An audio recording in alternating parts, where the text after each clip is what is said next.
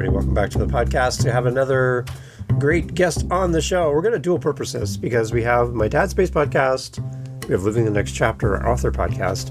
So we're going to do 2 for 1 at the same time. So this will be fun. Brandon is here. He was on my How to Podcast series to talk about his podcast, which is great. Wealth, Wisdom, Financial Podcast. You got to go listen, subscribe, follow, and listen to every single episode because it's all gold for you in your financial journey. So make sure you do that. We'll have a link for that in the show notes. As always, Brandon is back to talk about his books, talk about his writing, and talk to dads at the same time. So Brandon, welcome to the podcast. Hey David, thanks for having me. And I'm excited as I am a father to a 6.5-year-old. You have to say the half-year-old because that's what happens when you have a 6-year-old. So we have a lot of fun in our household. Excellent. And you work with people through your podcast, through your business, through your books, everything around finances. This is a topic I know for dads that we kind of wrestle with, being new dads and figuring it out as we go. We also have a financial piece to what we have to do in this world. So I'm excited to have you on to kind of talk about that. We're going to talk about your book as well. So thank you again for making time for this. Let's talk about your book and why it would be a great resource for any dad, any parent listening. Tell us kind of why we should have a copy of your book and how will it help us? Yeah, so actually it's right behind me. 5 Smooth Stones is the book, and it's a interactive money journal. And really what we did was we said, okay, if my son, who's sick, again, 6.5, what would I give him if I was to be gone tomorrow? What are the principles? What are the things that I would say, here's my, I wouldn't say Bible, but roadmap for him to be a thoughtful person in his financial world? Because, life is going to change, tax codes are going to change, all the things, who knows what will happen? I mean, we've seen that in the past 3 weeks, how quickly things can change, right? And so in this, book is more about principles, right? And so the book is called 5 Smooth Stones, and it came out of the Bible, meaning David and Goliath. And David was given 5 stones to beat his Goliath, and he used 1, according to that. And so then what we've thought about is we have a Goliath in our world. Sometimes it's big corporations, right? There's a Goliath. They're so big that we have to figure it out. I believe our Goliath is chaos. And in that book, we talk about how to overcome chaos, right? And it's confusion, haphazardness, anxious, overwhelming, and stressfulness. Those things, I don't know about you, but in even the past month or so, I've experienced more chaos, less, right? More of this anxious anxiety. And for me, I want to be able to give my son a different narrative, right? And so how do we do that? And so as money goes, money is meant to keep us confused. Donald Miller says, if you confuse, you lose, right? So I'm like, oh, well, okay. He wrote Blue Like Jazz. Sorry, he wrote Blue Like Jazz. And he also wrote Story Brand, right? So with that, I think about moving from chaos to clarity, right? Everybody wants clarity. They just don't know how to get there. Most of the time, people are looking for shortcuts. My son, always looking for the shortcut, right? Even as a 6-year-old, how do I get there without having the effort and work? The problem is, it takes work, and it takes stopping, actually not moving, stopping. And so for me, we have to stay, okay, we have chaos. How do we move from chaos to still? So in our book, we talk about a method we call the still method. And I will say this is a money book. It's about understanding the financials that go there. But a lot of people haven't even stopped to say, what do I want in life? I talk to clients all the time, and I'm like, "What's your dreams and goals?" And they're like, "That's a great question." And I'm like, "Well, no, that's not. It should be a fundamental question. So you have to set your sights, right? For me as a father, what kind of father do I want to be? Am I actually doing not just going to implement the things, but what are the things I'm wanting to see? So I have to set my sights towards that. I'll stop here for a second, but I'll keep going once we I have love a it. question. Oh, that's why I'm glad you're here. This is great, Brent. So my question to you, because when I talk to dads and I look at my own life, I look back in my past, and there's been moments where money was my enemy, debt was my enemy, credit cards, not having a plan, okay, just going through life, Monday, paycheck to paycheck, and when you get to you go buy your groceries, you're hoping that your debit card works and there's enough room on there to pay for the groceries. There's a lot of times when we live really close to the edge financially. Was there ever a point for you in your own life or as a child in your family where money was your enemy and kind of put you on this course to help people with their finances? A couple things, yes, for sure. I was raised by my wife was on federal assistance, right? Like literally, when I think about some of these programs cut, I'm like, we wouldn't have been able to live because of a single mom and being able to have that food stamps, those kind of things that helped us, right? And so we've lived with not having anything, a mom that some of the issues, I think, were self-inflicted, right? And some of it, I'm like, I need to take ownership, right? Or that kind of thing. And so at the core, whenever I started our journey, we also wanted to make a difference in the world. So what I learned in our business was Overflow Coffee Shop. And the reason I sold that is because, I'm having a child. I'm like, well, I can't legally have a baby behind the bar anymore. So things need to change. So I did that. But overflow, if I don't take care of me, I can't overflow to other people. And so that was something of saying, okay, I need to get my own house in order before I'm telling somebody else how their house is burning down. Right? Yeah, Does that make yeah, sense? And our book is almost saying, here's how I got my house in order financially. And most of the time, I would say people were sleepwalking or are sleepwalking, and they're like, "Oh, there's a problem." Well, you didn't just get into credit card debt, right? It didn't just happen. Little things led up, and you're like, "Well, I want this big expensive car or a big house because I deserve it." And so everyone has a plan for your money. You have to make the plans first before they come and say, "Oh, you watched this big Durango yeah, commercial. You yeah, deserve yeah, that car." Right? So you, again, set your sights. So that was something that I think, does that yeah, answer the yeah. question? Like part of how we thought about it. And I didn't come from a rich family.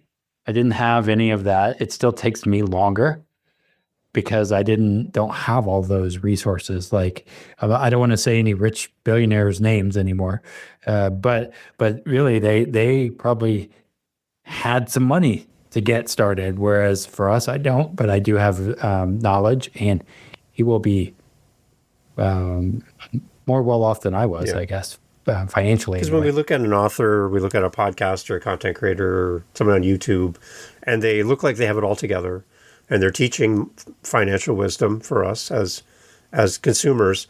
Sometimes we just assume that these people have never really struggled before, so they don't really understand us as we come to your content for the first time. We buy your book. It's like, well, Brandon's probably had it easy. He came from money. It's so easy for him. He doesn't understand what it feels like to not have the resources, to feel like I'm failing as a dad because I don't have the money to take care of my family the way I want to work my butt off and just feel like I'm exhausted at the end of the week every week, but never really getting ahead. So Brandon doesn't understand that because he's all put together. But there's a component of your backstory that brings that connection with the audience as well, right? Yeah. Yep. Yeah. Well, and that's part of in our book, but also thinking about, we're in this this world of social media where all we see is the top, right? We don't see what got them there, right? The work, the hours, the pain. Why am I so intentional about being a good dad? Is well, my dad wasn't around, right? I believe you can give what you've never received. When people say that, oh, well, I didn't have a good dad, so I'm going to be a horrible dad, I'm like, well, that's a bunch of crap. That's just your way of not taking responsibility. And so for me, it's being intentional, and that's part of our still method in the book. It's set your sights, track your in and out, inspect your progress, look for 1%, and live deliberately. Right. And this can be in your marriage. It starts personally with me. I can't overflow to my wife if I'm not taking care of me physically, emotionally, financially. I believe the marriage is a really big piece. And then to my son, and I'm also a caretaker. So all of that, but it requires being thoughtful and saying, okay, how did I get here? And someone even said, well, you make plenty of money. Why don't you buy a bigger house? Because that's not what I want to go after. I want my son to experience a lot more different kinds of trips. And so we invest in that kind of thing. See, yeah, Um, I like that. yeah, priorities. Yeah. And you need to set those priorities, I think, as early as possible in your parenting life, to kind of know you're on the right path and have a goal to work towards. How how how young with your son was it when you started talking about money and modeling money for him to start learning these lessons? Like, how young did you start with him? Right away, right? I think he has a banks give, save, spend is his little banks. He's made $450 through Scouts, right? He has more money than most, and he sold a lot of popcorn. He said the more people you know, the more people you can sell popcorn to. And I remember even when he was 3, going to a trade show, and he had $2. And I said, all right, we're going to go into this thing, and what's going to happen is they're going to say it's going to cost this much, right? And I said, if you go in, you have $2. Just play it and say, oh, bargain with them, because that's what they do in these places. You got to bargain. You gotta say it's too much, and can you bring it down? Do all of that stuff.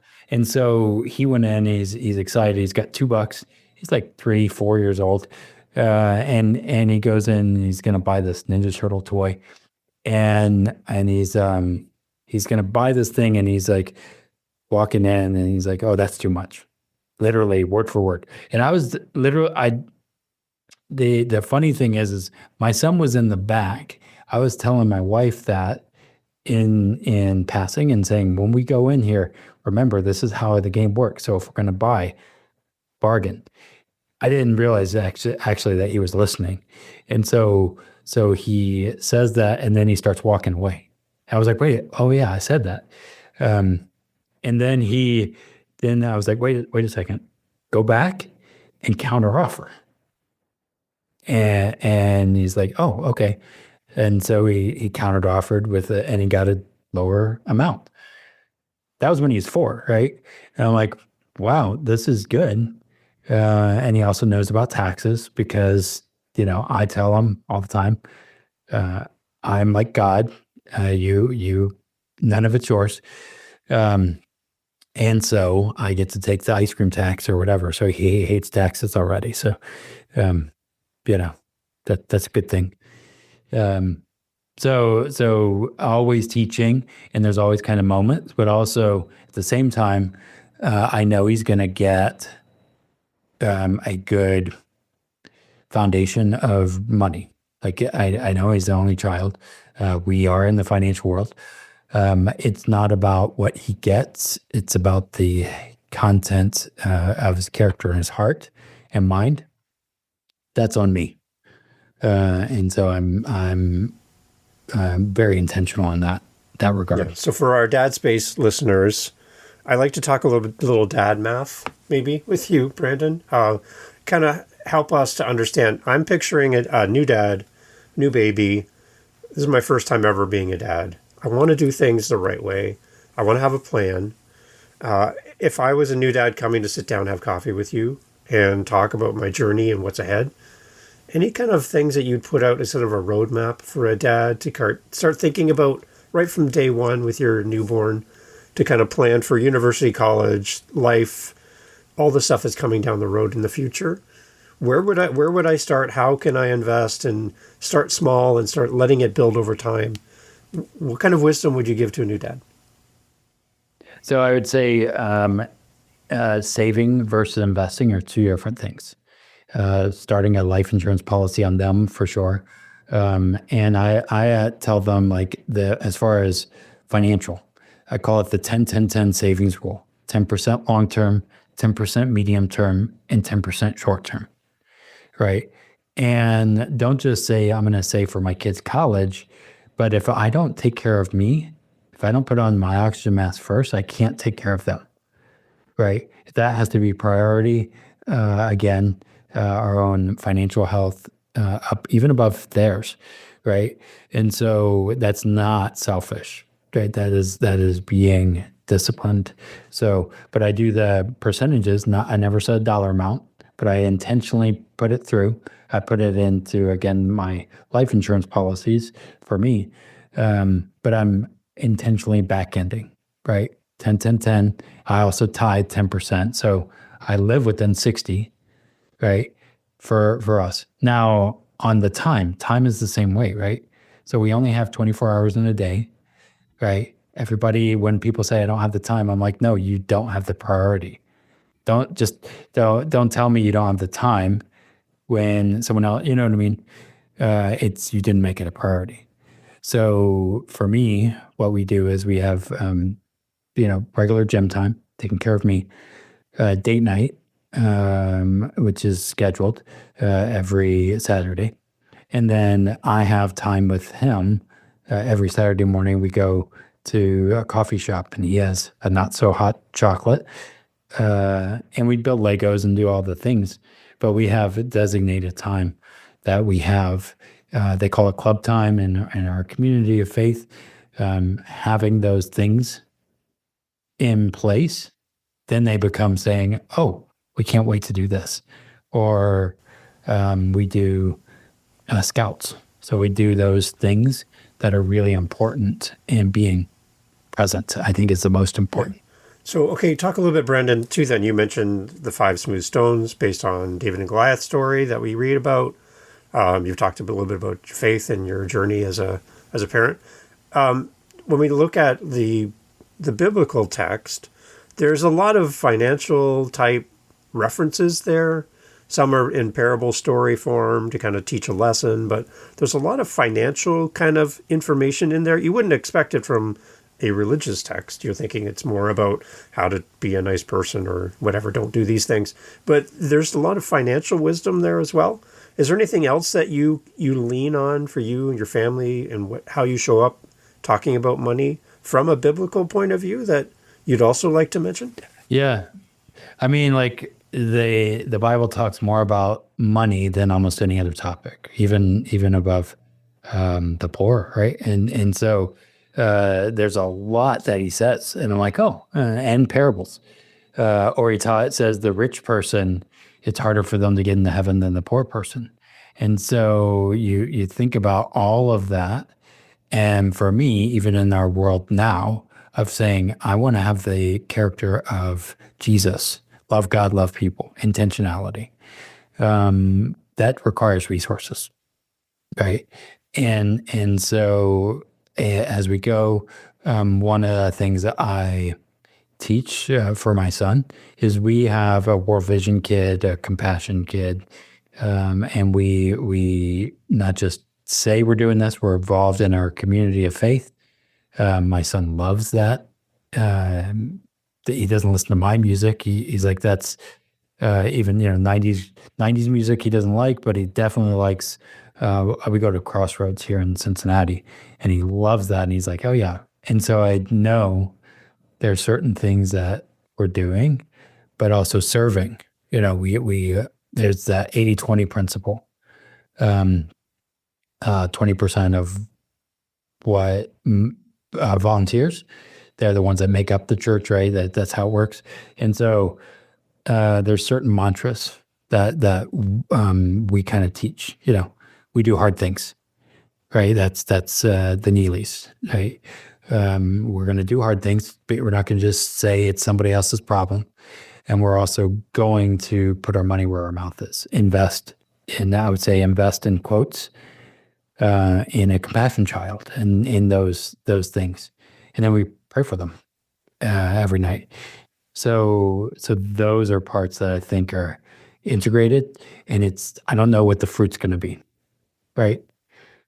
But I know that I want to instill a son that is showing the fruits of the Spirit: love, joy, peace, kindness.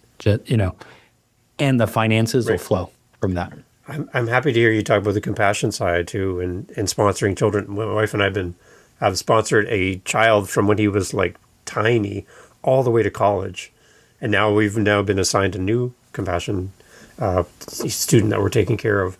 But for our first one, we watched him grow up in front of us, and what a world life lesson for our kids to see when they're coming to us asking for a $60 PlayStation game, and then they see a $60 donation to our compassion child, and what he does with it, and what he values, and what they value. And it was kind of this thing. There was one year where we were able to donate on his birthday, and it was the equivalent of 3 years' salary for his family. It was so much that they had to break it into pieces because they didn't have anything to buy. I mean, in his community. So they had to kind of come up with some creative accounting just to deal with this. But they were buying goats and sheep and animals and stuff and taking care of their family. He was buying stuff for his siblings instead of taking it for himself. So I'm showing our kids, you can have a global impact with your money if you take care of your money to the point where you can help other people. And I just feel like we're always just trying to take care of ourselves. We're always so behind that it's stressful. There's anxiety. That's why I love what you talk about your still method. We're always anxious. We're always just like one bad experience away from being completely broke, right? And I think here in Canada, I've heard stats like we're $200 away from complete, bankruptcy and not having any money at all. And that could happen just from being sick for a period of time. So I want people to live better than that, right? And in the Bible, I don't want to make this a church sermon or anything like this, but it does say, I've come to bring life to the fullest, right? Right. And so I want my son to have a full life. Yeah. We go and we experience. And part of even our still method is I want my son to visit 6 of the 7 continents before he's 18, right? He's 6 and a half. That does not mean we're going to some bougie place, all the time. We are some, but it's going to be, we're going to go dig a well in Africa, right? We are going to do those things. And he's even seen his mom. He couldn't go, but she went to Nicaragua and dug wells, right? And so he's seeing this. And as we lead, again, it's our responsibility, not some schools. It's ours. He's seen like, every year within our faith community, they sponsor gifts for Christmas. And so he like this year, he's like, I want to buy a gift. I have $450, so I want to do a gift for a kid too. And so he pulled his own thing and spent $30 buying a gift for some other kid who's 6. And so I don't know if he'll continue, hopefully, but I want to make sure that we are building compassion. It's not about you, and that's the hard part in our world. It's all crazy. People are all looking at other people and saying they're evil or whatever, and I'm like, it's not our responsibility to judge. It's our responsibility to love and be responsible to our own resources. So that's my dad advice. And some people will be like, yeah, but I'm like, well, whatever. It's good. So for the readers of your book, Five Smooth Stones, what if I have a copy of your book in my hands, I'm ready to read it for the first time, Brendan. Is there a love letter? Is there a message for a new reader before they open that book, crack it open for the first time? What do you want them to know? What is your big wish for them as a reader when they buy your book? Yeah, so it's a history lesson. What I've learned is what we think we know just ain't so. That's a Mark Twain thing, right? And a lot of what we even hear on media now, a lot of it's all like spun in certain ways. Financial systems, the way it's built, how banks work. I'm like, again, they're there to make money. What I want people to do is open it up with an open mind and have a pen. It is a money journal. It is meant to be work done, and it's not to give you, well, here's the 5 steps to do all this, right? As we do this, and there's another book called The Road Less Stupid by Keith Cunningham, is the questions may be the same, but the answers may change, right? As we go through the still method, as we think through this, how I'm going to operate for my son as a 6-year-old may be different than when he's 15, right? But I still want him to be in those same, like how I operate that. And so I want them to open it, like totally get it, but also write in it, actually engage in it and think. That's the problem in our world is we just tweet or what, I don't know what you call it now, without thinking. And we need to have thinking involved. Yeah. Good. Awesome. So that's, we'll have a link to your book in the notes as always. And as we wrap up, Brendan, again, thank you so much for making time to do this. This is great. Again, you've been on How to Podcast. We talked about your show there in more depth. But for listeners, people love listening to podcasts. They're done listening to our episode here. They want to come over and follow your journey on your podcast as well. Kind of, how is your podcast different than some of the other podcasts about wealth and finances and things in the space? What is your specific focus for your podcast? And tell us more about your show. Yeah, I'm a huge into business. So we talk a lot about how business is integrated. So right now we're talking about teams, right? Also, my wife and I lead this together. So if you go to Wealth Wisdom Financial Podcast, you're going to see both of us interact. She is definitely more thoughtful in her writing than I am, and I'm there for commentary. And so you'll see us almost as a married couple even interact.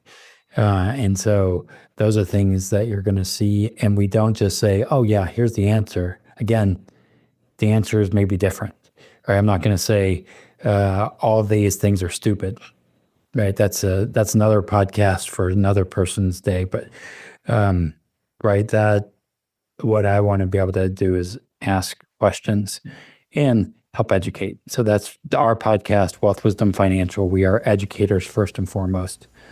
And then if you want to get the book, if you go to Wealth Wisdom FP, that's financial partners, wealthwisdomfp.com/shop. You can get the book there. We'll have a link to that in the show notes, Brandon. Thank you so much for doing this kind of a dual purpose episode with Dad Space and Living the Next Chapter. I love what you're doing with your son. And I think he's in a good space. He's going to learn a lot from you over the years, and a great model as well for him, not only with words telling him what you want him to do, but displaying it for him and being an example to him as a dad and as a parent. I think that's really important. And for us as parents listening, you have a big responsibility with your children, not just to tell them how to live their life, but also to show. And this whole thing about do as I say, don't do it as I do, that's not a good teaching moment. We need to display it. We need to show them this is how we do it. And if you make a mistake, you make a mistake. You make changes. If you will make a mistake. Let's just say, you will make a mistake. It's getting back up and changing. But for sure, if you're a new dad, just step into it. Awesome. And get great resources in your corner. You got Brandon now. You can go listen to his podcast. You can buy the book. And there's a lot of great things that you can learn from just following Brandon's lead as well. So I would say to every dad and any parent listening, Don't try to do this yourself. Don't try to recreate the wheel. Somebody's ahead of you. They're giving out great content. Go follow, go listen, and join in the community, because I'm sure Brandon would love to hear from you and have you listen to his show as well. Well, thanks, David. I'm excited for what's coming for Excellent. you too. Thank you so much. Appreciate it. Everyone, all information for Brandon, his podcast, his book, and all things Brandon and his amazing family, all in the show notes. Brandon, thank you so much for doing this. Cool. Awesome. Thanks, David. Hey, thanks for listening to Dad Space. Thanks for hanging out to the end of the podcast. That's a great sign to wherever you're listening to this podcast, YouTube, Spotify, Apple, fill in the blank, that this was a good podcast to send people to. So simply by listening to this point of the podcast, you're helping the show grow. So good on you. Thanks for helping us grow Dad Space. If you want to help us fill our cups over at Dad Space, head over to dadspace.ca. Dadspace.ca, simple website, right? Dadspace.ca. You can fill up our coffee cup, which helps us then to keep moving forward with the podcast, and use our Buy Me a Coffee link over at dadspace.ca. Thank you for being here. Thank you for supporting the show. Thank you for coming back. And thank you for sharing, because the more dads we can help, the better. We're all here to help each other grow in community. That's what it's all about. And without you, podcast is pointless. There's no reason to do any of this. So you being here means everything. See you at dadspace.ca. Take care.